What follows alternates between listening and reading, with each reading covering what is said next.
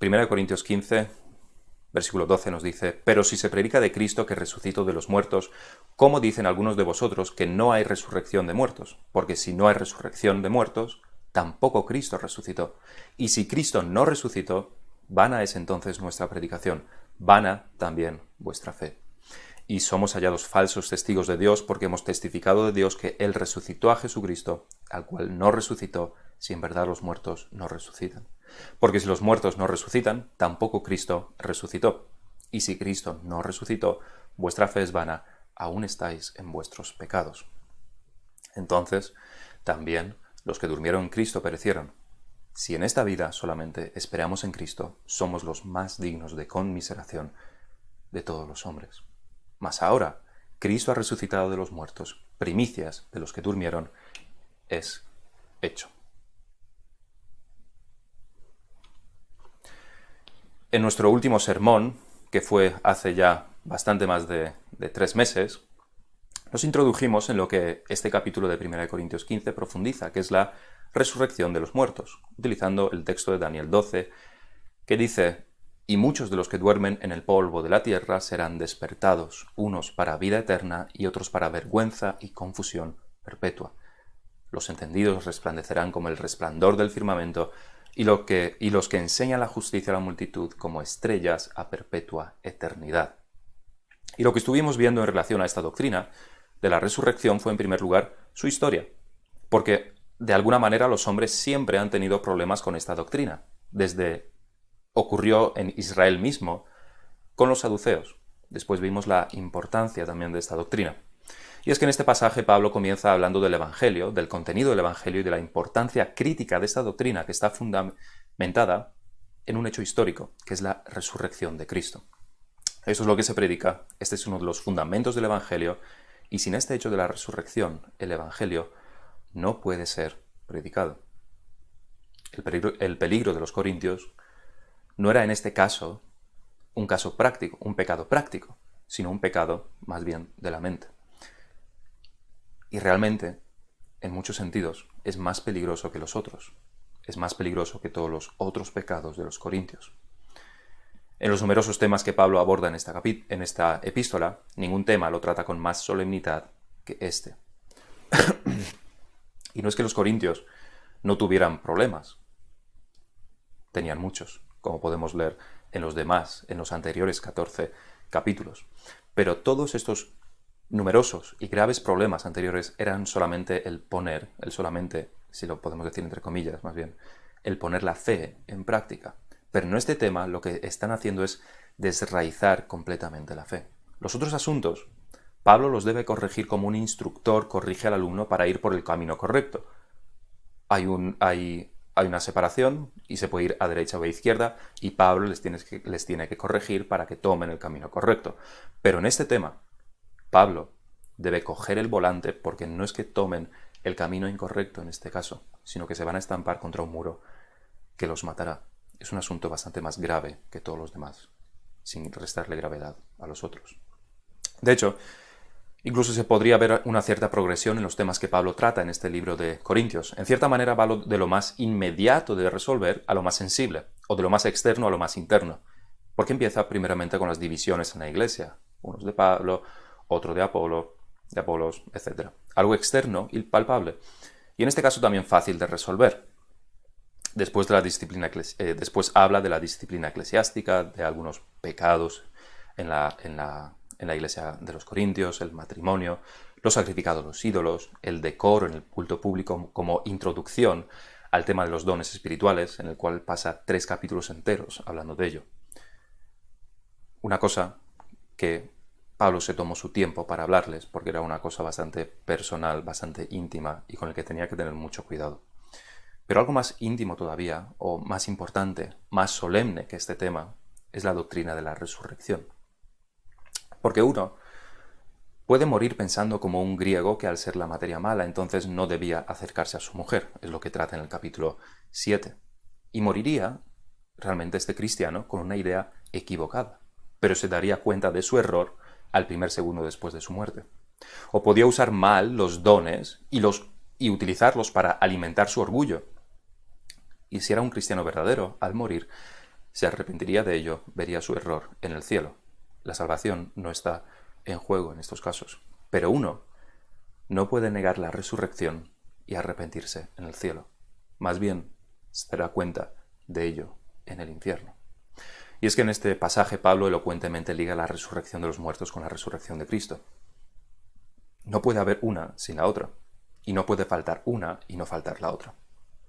Porque quien niega la resurrección del cuerpo no lo hace solo porque sí, sino que lo hace por la convicción que muchos griegos tenían y que aún tienen algunos de que la materia es mala, el cuerpo es malo, lo palpable es malo.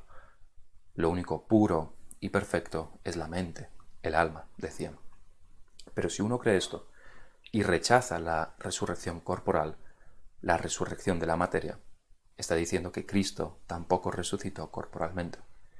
Y si Cristo resucitó en espíritu solamente, que es lo que algunos defendían, y no en cuerpo, simplemente eso no es resucitar de ninguna manera. Eso es otra cosa, pero no es resucitar, porque el espíritu y el alma no se pueden matar para que vuelvan a vivir. Y si Cristo no resucitó corporalmente, nuestra fe es vana y estamos en nuestros pecados. Si Cristo no resucitó, Dios Padre no aceptó el sacrificio de Cristo, y por tanto no hemos sido perdonados por nuestros pecados, ni aceptados, ni justificados, y seguimos siendo enemigos de Dios. Tengamos muy presente lo que fundamenta el razonamiento de Pablo en este capítulo. Son dos cosas que no debemos perder de vista. Primero, cuando Pablo habla de resurrección, habla de la resurrección del cuerpo. Ya dijimos en el sermón anterior que no tiene ningún sentido hablar de otro tipo de resurrección. No existe otro tipo de resurrección que no sea la resurrección del cuerpo. El espíritu y el alma no mueren, por tanto no tiene sentido alguno hablar de resurrección sin hablar de cuerpo, de la materia. No existe otro tipo de resurrección que sea diferente a la resurrección del cuerpo.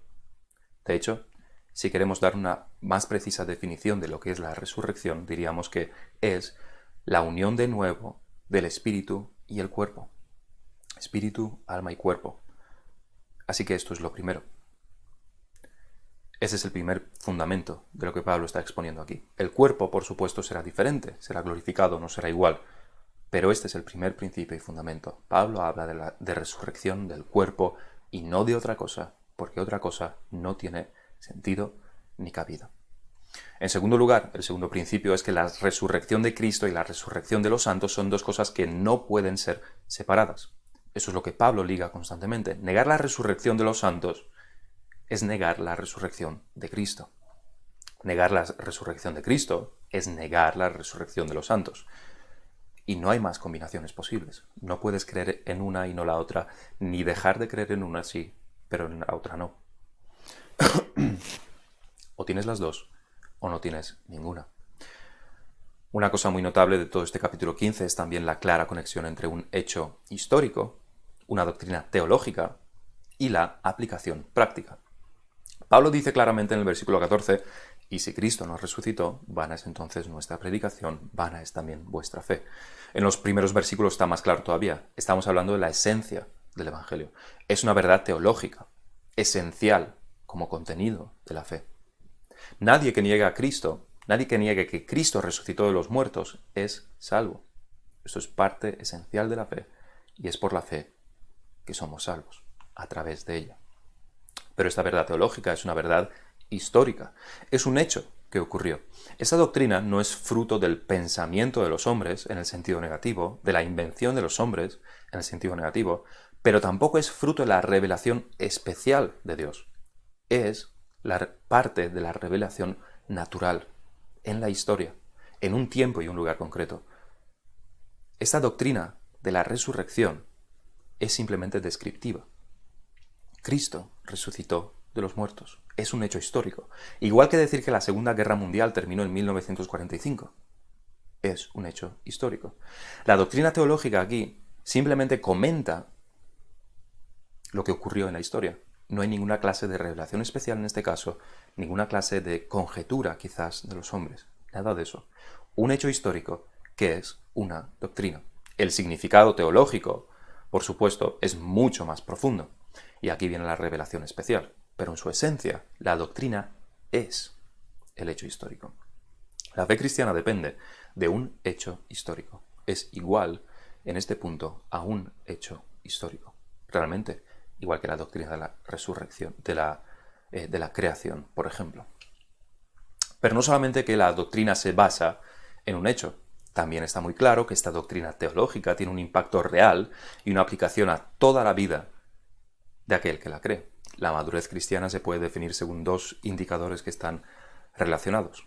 Primeramente, el cristiano maduro aplica con sabiduría los mandatos de las Escrituras. Y en segundo lugar, sabe cuál es la aplicación, llega a la conclusión, sabe cuál es la aplicación de todas las doctrinas de la teología. Cómo aplicas, por ejemplo, la santidad de Dios, cómo aplicas en tu vida la omnisciencia de Dios, la escatología, cómo aplicas esto en tu día a día. Eso es verdadera madurez cristiana.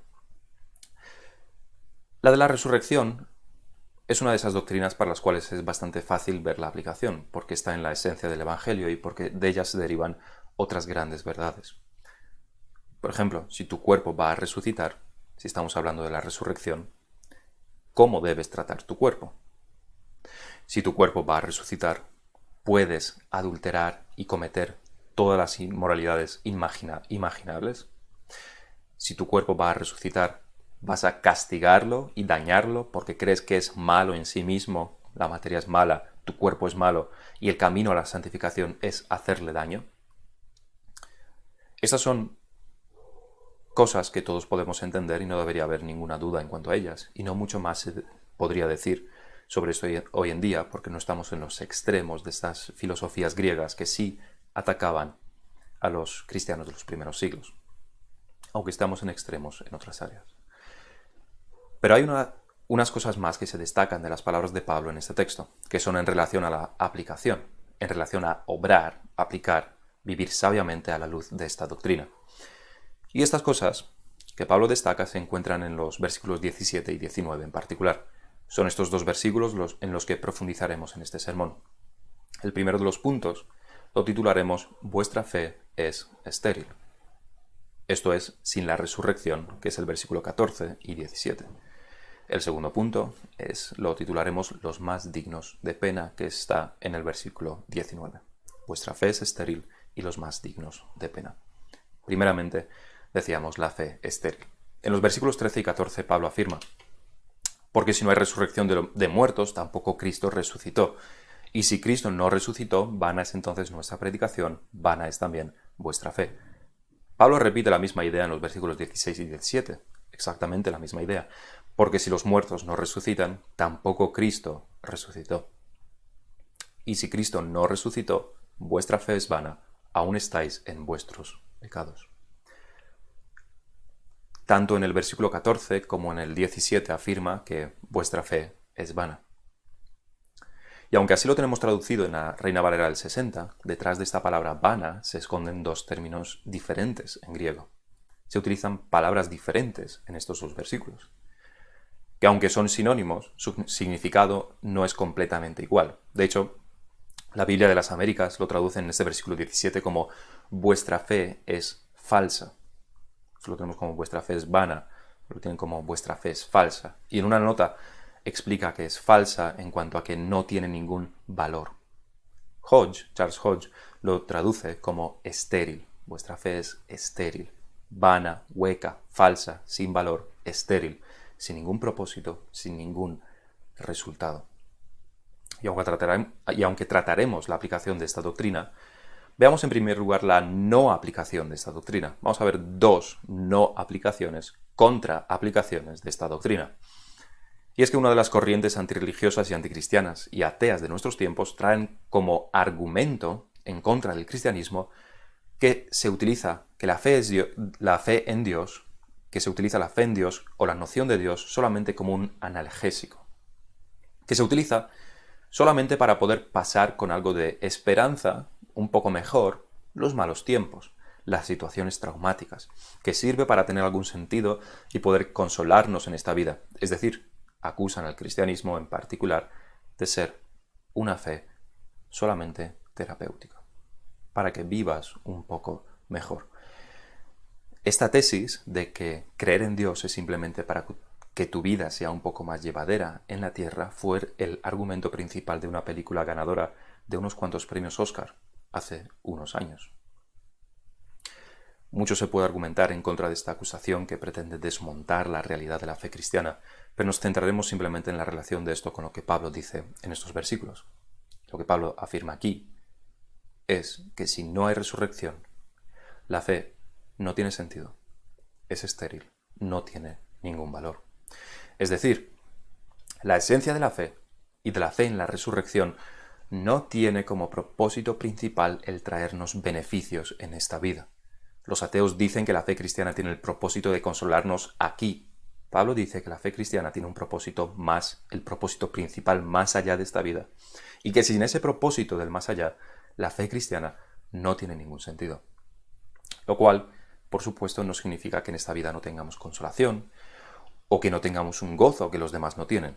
Lo que significa es que la fe no tiene ese propósito principalmente. El objetivo de la fe no es que podamos sobrevivir mejor que los demás en las dificultades, problemas e injusticias de este mundo. Estos son solo efectos. El Evangelio no tiene como propósito mejorar nuestra vida aquí y ahora.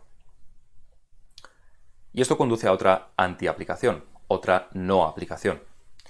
Desde hace casi un siglo se ha instaurado en los países protestantes algo llamado cristianismo social, que realmente la Iglesia Católica practica desde hace siglos. Este evangelio social, impulsado sobre todo por los cristianos liberales, que precisamente rechazan esta doctrina de la resurrección, la historicidad de esto, así como muchas otras, lo que dice es, para ellos, para estos cristianos liberales, y que realmente lo han extendido en toda la cristiandad, el cristianismo es solamente una religión de acción social. Es luchar contra la pobreza, es acabar con las desigualdades, es acción política. Jesús alimentó a los 5.000, sanó enfermos. Jesús es el ejemplo y debemos hacer lo mismo que Él hizo. Para ellos esto es la esencia de la fe y es el Evangelio. De nuevo, estas cosas son efectos del cristianismo, pero no es el propósito último de la fe, ni mucho menos el único propósito del cristianismo. Como ejemplo, cuando en el Nuevo Testamento vemos ejemplo de ayudar a los pobres, el contexto es ayudar a otras iglesias con necesidad a nivel de iglesia. No vemos que las iglesias se dediquen a alimentar a los pobres de la calle, y eso que habría bastantes en esos tiempos. Esto, a nivel de iglesia, como individuo, uno es libre de hacer el bien, todo el bien que quiera. Pero esta es la antiaplicación. La fe cristiana no es una religión de acción social. No es ese su propósito principal ni único. Como consecuencia de la predicación y la conversión, habrá un cambio social. Uno de los ejemplos es la abolición de las luchas en el Coliseo o la abolición de la esclavitud. El cristianismo trae fruto en esta vida, pero más como la sombra de un manzano. Uno planta un manzano para comer sus manzanas, pero inevitablemente también se beneficia de su sombra. Alguien dijo hace medio siglo que el propósito de Satanás es llevar a los hombres a un cristianismo que se quiera por sus efectos, no por lo que en su esencia es, que es la salvación del pecado y la aceptación de Dios. Y realmente Satanás ha conseguido esto en gran parte de la cristiandad. Se desea más por sus efectos. Pero vayamos ahora, después de ver estas dos antiaplicaciones, como no se aplica esta doctrina cristiana, vamos a ver ahora la aplicación, que no es otra la que Pablo nos dice de manera negativa en estos versículos. Si la resurrección no es cierta, nos dice Pablo, entonces aún estamos en nuestros pecados. En el versículo 17, de manera positiva, podemos decir si la resurrección sí es cierta, y lo es, entonces no estamos en nuestros pecados. Por supuesto, principalmente se refiere Pablo a la justificación, tal como en Romanos 4:25, el cual fue, Jesucristo, entregado por nuestras transgresiones, resucitado para nuestra justificación. Y no hay doctrina que pueda traer más paz al creyente que la justificación. No solamente es que se nos han perdonado los pecados, es que tenemos la justicia de Cristo imputada, plena aceptación de Dios. Aquellas palabras que Dios Padre le dijo al Señor en su bautismo, este es mi Hijo amado, en quien tengo complacencia, esas palabras nos las aplica ahora a nosotros, si estamos en Cristo, porque estamos vestidos de la justicia de Cristo. Y tampoco hay justificación sin santificación. Y por tanto, el que no estemos en nuestros pecados también se refiere a la santificación. El pecado ya no domina experimentalmente, experiencialmente sobre nosotros. Ya no estamos muertos en nuestros pecados. Dios nos da fuerza para andar en justicia. Ha roto las cadenas del pecado. Por tanto, no debemos desanimarnos al ver el pecado en nosotros, porque ya no es el Señor de la casa en la cual somos esclavos. Ya no tiene legalmente poder sobre nosotros, sino que la casa ahora es del Espíritu Santo y el pecado es solamente un delincuente que se esconde en la casa y quiere hacer el mayor destrozo posible. Pero está en la ilegalidad y el verdadero Señor de la casa acude a ayudarnos para pararlo y reducirlo cada vez que empieza a hacer estos destrozos. El pecado ya no domina al creyente.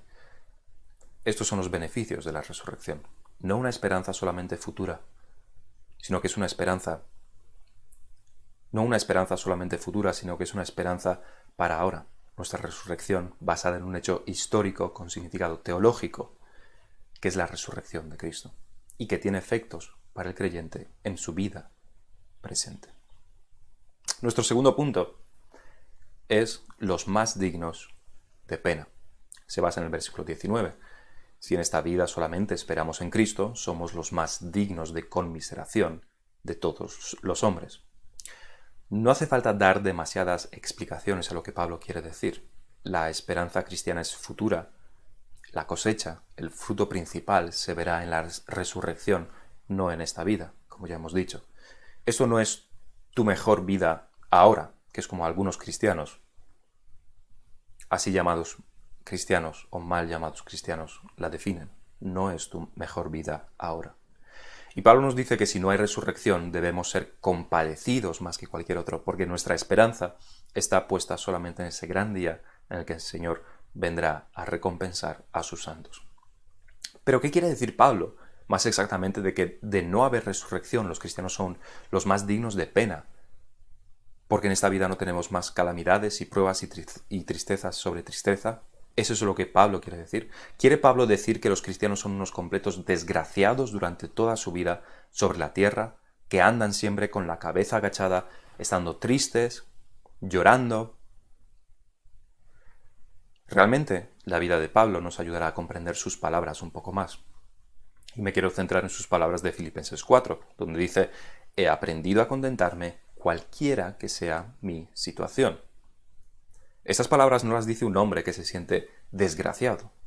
Hay personas que poseen más dinero del que nos podemos imaginar y que sin embargo no están contentas, que tienen todo lo que el mundo desea, pero nada les satisface.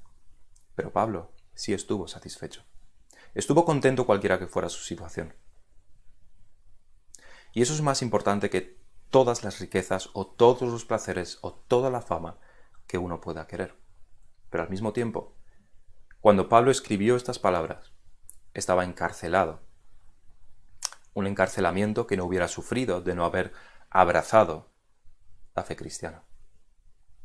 Y junto con sus numerosos años encarcelado, y fueron muchos, privado de libertad, se unieron persecuciones, apedreamientos, rechazo, continuas acusaciones y un sinfín más de problemas que le vinieron no por la situación general del Imperio Romano, no por desastres naturales o económicos, no por guerras externas, sino solamente porque creyó y predicó el Evangelio. Pablo se pone a sí mismo como ejemplo en este capítulo 15 para que podamos ver lo irracional que sería la fe cristiana si no hubiera resurrección. Versículo 31. Os aseguro, hermanos, por la gloria que de vosotros tengo en nuestro Señor Jesucristo, que cada día muero. Si como hombre batallé en Éfeso contra fieras, ¿qué me aprovecha? Esto nos da más idea de sobre qué tiene Pablo en mente cuando habla sobre ser los más dignos de pena si la resurrección no fuera a ocurrir. Lo que Pablo hizo durante su vida, después de su conversión, fue sacrificio tras sacrificio por el Evangelio, por el Señor. Hizo lo que el Señor le pidió sin jamás dejarse amedrentar por las consecuencias, que prácticamente nunca fueron placenteras. Y lo hizo con una meta, con un propósito. porque Cristo le salvó y porque quiso gozar plenamente de esta salvación que culmina en la resurrección. Pablo mismo describe su vida como una carrera y la muerte, que inevitablemente implica resurrección, como la meta de esta carrera. El punto de su argumento aquí es el siguiente. Si nosotros, como creyentes, consideramos la vida como una carrera en la que continuamente nos esforzamos y nos sacrificamos, pero no hubiera una meta, ¿no deberíamos ser compadecidos? Sí, y como unos pobres hombres con problemas mentales. ¿Por qué harías algo que te requiere tanto esfuerzo y sacrificio y peligro si no vas a obtener absolutamente ningún resultado positivo de eso? Que nada te aprovecha. Solo lo haría alguien con una enfermedad mental. Esta fue la situación de Pablo, prácticamente de todos los apóstoles y de muchos otros cristianos. Pero no de todos. No todos sufrieron estas persecuciones. Esos creyentes de Corinto no eran perseguidos. Su situación, de hecho, se parecería bastante a la nuestra. En una cultura como la griega, con tantas filosofías diferentes, en una ciudad próspera financieramente, pero con tantas filosofías diferentes y aunque contrarias más o menos aceptadas, porque había tantas como en nuestros tiempos, el cristianismo era una filosofía más. Eran raros, sí, pero igual que nosotros somos raros para nuestra sociedad, manteniendo esta locura de la verdad absoluta, el cielo y el infierno, la creación y las demás doctrinas, que tan raras son para nuestros tiempos. Más o menos igual estaban los corintios. Pero si los corintios no eran perseguidos, ni encarcelados, ni apedreados como Pablo, ¿cómo es que Pablo los incluye en este versículo? Diciendo que no solo él, Pablo, sería el más digno de conmiseración, sino que todos los creyentes con él. Dicho de otra manera, ¿cómo nosotros somos dignos de conmiseración si no hubiera resurrección? Porque realmente vivimos unas vidas básicamente normales. No somos perseguidos físicamente, por lo menos.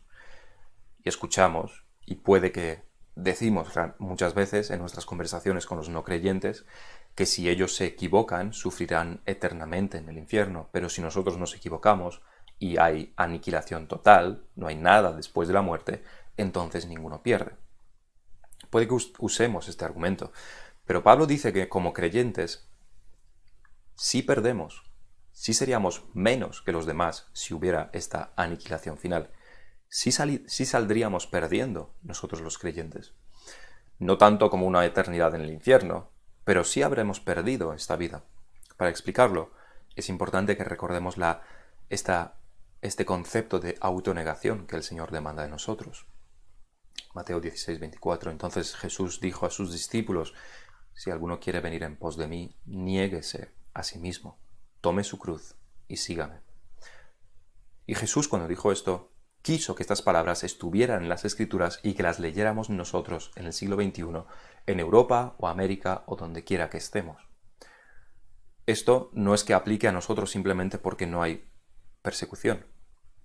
La vida cristiana debe ser una vida de negación a uno mismo, que no es una vida bastante diferente a estar continuamente apagado y triste y parecerse a un moribundo a punto de dar su último aliento. Eso no es negarse a uno mismo. La vida cristiana no es esa. De hecho, esto es lo que entendieron los cristianos a partir del siglo III y especialmente en el IV. Es desde luego una doctrina sensible que fácilmente podemos malinterpretar. Esos cristianos de esos siglos, al no haber persecución, al haber terminado las persecuciones romanas, y al vivir vidas bastante normales en sus iglesias, sentían que les faltaba algo. Leían este texto de Mateo 16, 24 y sentían que les faltaba algo, que faltaban esos sacrificios, esa dura autonegación, ese sufrimiento que se supone que los cristianos tienen. Por eso, como consecuencia de su pensamiento, se recluyeron a desiertos y ayunaban hasta destrozar sus cuerpos. Por eso más adelante, en la historia, encontramos la autoflagelación también. Es un fallo de no entender esta doctrina de la autonegación. Pero Calvino dice sobre esta renuncia a uno mismo: no nos pertenecemos, que nuestra razón y nuestra voluntad no dominen en nuestras reflexiones y decisiones. No nos pertenecemos, no tengamos como objetivo lo que nos complace según la carne. No nos pertenecemos, olvidémonos de nosotros mismos en la medida de lo posible, así como de todo lo que nos rodea. Por el contrario, somos del Señor, que su voluntad y su sabiduría dirijan nuestras acciones. Somos del Señor, que todos los aspectos de nuestra vida se orienten a Él como único objetivo. Y sigue más adelante, debemos procurar no nuestro placer, sino lo que le place a Dios y contribuye a exaltar su gloria. Es una virtud, es una gran virtud olvidarnos, o casi, de nosotros mismos, al menos no inquietarnos en cuanto a nosotros para aplicarnos y consagrarnos a seguir a Dios con fidelidad, cumpliendo sus mandamientos. Fin de la cita. Cuando uno hace esto, comienza a entender por qué la resurrección es la gran esperanza del cristiano. Porque tus deseos son apagados para servir a Dios. Porque tus gustos los pones a su servicio. Porque el tiempo lo inviertes en cosas que para el mundo no tiene sentido. Porque tomas decisiones incomprensibles para el mundo porque son contrarias a ti mismo, a tus deseos, a tus placeres.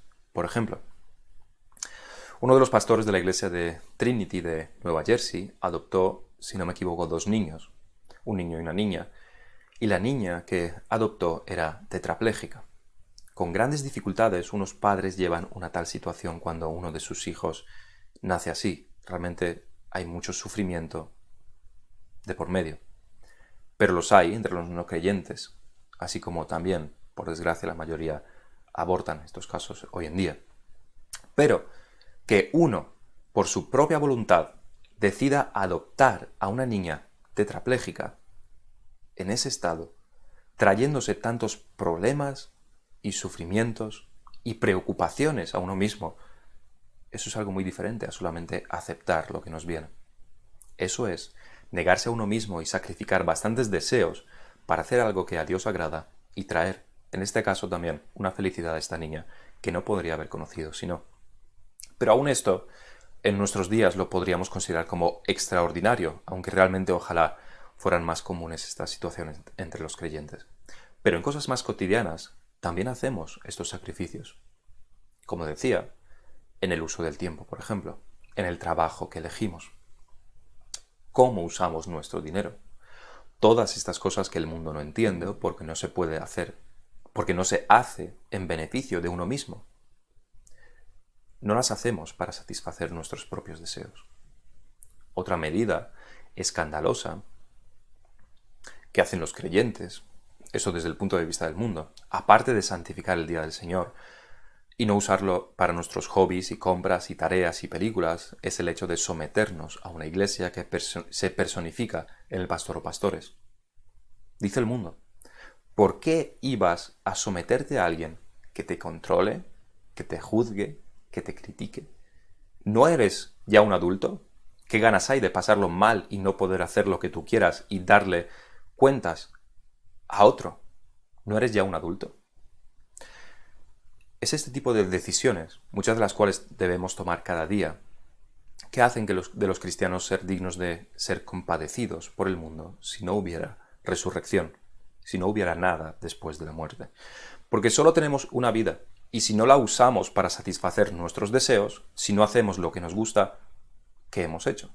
Pablo está de acuerdo con este razonamiento, si no fuera cierta la resurrección.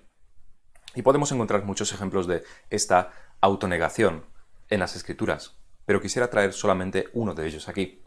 Un ejemplo que, como veremos, no tuvo una vida como la de Pablo, en constantes cárceles y persecuciones, y no fue apedreado, sino más parecido a nosotros en cierto sentido. Y se trata de alguien tan distante como Abraham. En Génesis 13 se nos relata la historia de cómo Abraham y Lot, aunque salieron juntos de Harán, sin embargo, por tener demasiados rebaños, sus pastores tuvieron unas riñas porque no tenían espacio para llevar a pastar a todos sus rebaños. Abraham entonces tomó una de esas decisiones de las que hablamos, algo inusual, incomprensible, algo sin sentido desde fuera porque a él no le beneficiaba en nada. Versículo 8 de Génesis 13. Entonces Abraham dijo a Lot, «No haya ahora altercado entre nosotros dos, entre mis pastores y los tuyos, porque somos hermanos. ¿No está toda la tierra delante de ti? Yo te ruego que te apartes de mí. Si fueres a la mano izquierda, yo iré a la derecha, y si tú a la derecha, yo iré a la izquierda». Y alzó Lot sus ojos y vio toda la llanura del Jordán, que toda ella era de riego, como el huerto de Jehová, como la tierra de Egipto en la dirección de Zoar, antes que destruyese Jehová a Sodoma y a Gomorra. Entonces Lot escogió para sí toda esta llanura del Jordán y se fue Lot hacia el oriente y se apartaron el uno del otro. Esos versículos se leen normalmente para indicar o bien la avaricia de Lot o la bondad de Abraham, pero ese no es el punto de este texto. Además, realmente, si te dieran a elegir, si ganaras en un sorteo, por ejemplo, tu vecino decida regalarte un coche y tiene dos coches iguales, mismo año, mismos caballos, mismos extras, pero uno con 10.000 kilómetros y el otro con 200.000 kilómetros, ¿serías avaricioso si cogieras el de menos kilómetros? Elige simplemente lo mejor. Lot escogió lo mejor. Por supuesto, no quita que Lot tuviera avaricia, pero el punto de este texto es otro, porque inmediatamente después de esto, Dios le promete a Abraham todas estas tierras que sus ojos ven. Entonces, ¿por qué Abraham dejó que Lot se quedara con la mejor parte? ¿Por qué no eligió él cuando le tocaba hacerlo por ser de más edad y ser además su tío? Por respeto, Lot no hubiera tenido ningún problema con esto. Uno puede decir que Abraham simplemente era bueno, era simpático, era amable. Poco se puede argumentar en contra de esto, pero las escrituras nunca indican hacia esa dirección. Más bien lo que las escrituras sí nos indican es que Abraham tenía puesta la mirada en otro sitio. Hebreos 11:8, por la fe Abraham, siendo llamado, obedeció para salir al lugar que había de recibir como herencia, y salió sin saber a dónde iba. Por la fe habitó como extranjero en la tierra prometida, como en tierra ajena, morando en tiendas con Isaac y Jacob, coherederos de la misma promesa. Porque esperaba la ciudad que tiene fundamento, cuyo arquitecto y constructor es Dios. ¿Por qué Abraham tomó esa decisión tan desinteresada? Porque su interés no estaba en esas tierras, sino en la que vendría, y que vendrá con la resurrección de los muertos. Porque Pablo sufrió persecuciones y torturas y cárceles, y no dejó de predicar el Evangelio hasta su misma ejecución, porque su interés está en la resurrección, en aquello que viene después de esta vida. ¿Por qué te sometes tú a una iglesia y a un pastor que muchas veces te dice por ahí no, por aquí sí? ¿Por qué eliges invertir el tiempo no en tus placeres, sino en aquello que es útil para el reino? ¿Por qué eliges un trabajo peor pagado o pierdes oportunidades de ganar más dinero para obedecer los principios de las Escrituras? La respuesta a todas esas preguntas debe ser esta, porque tu esperanza no debe estar en esta vida, sino en la venidera, en la resurrección de los muertos, cuando nos vestiremos de incorrupción. Y es en esto en lo que debemos meditar para concluir. ¿Se puede decir esto de nosotros? ¿Puedes dar algún ejemplo de algo que te cueste explicarle a un no creyente por qué lo haces, porque la razón es otra que me gusta?